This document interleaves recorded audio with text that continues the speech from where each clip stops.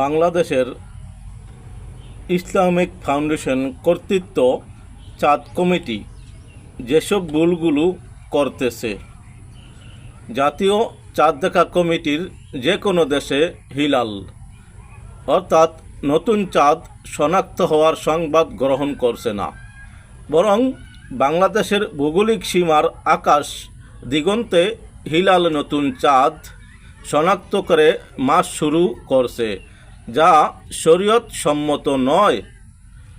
সকল মাসের হিলাল নতুন চাঁদ বাংলাদেশের পশ্চিমে অবস্থিত দেশগুলো হতে সর্বপ্রথম দৃশ্যমান হবে, এমনটা অলিখিত বিধান করে নিয়েছে জাতীয় চাঁদ দেখা কমিটি, যা সম্পূর্ণ ভুল।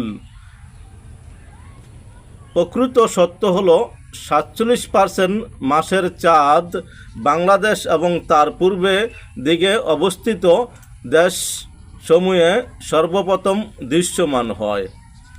জাতীয় চাঁদ দেখা কমিটির হিলাল শনাক্তকরণ হিলাল দৃশ্যমান হওয়ার সংবাদ আদান প্রদানে আধুনিক বৈজ্ঞানিক উপকরণ ব্যবহার করাকে অবৈধ মনে করে।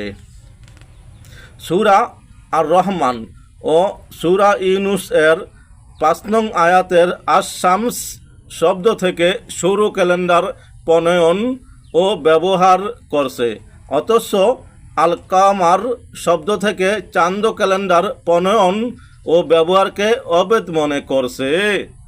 আসুন আমরা ইসলামকে যারা ভালোবাসি তারা আরবি মাসগুলো সঠিকভাবে নির্ণয় করি, সঠিক আমল করি।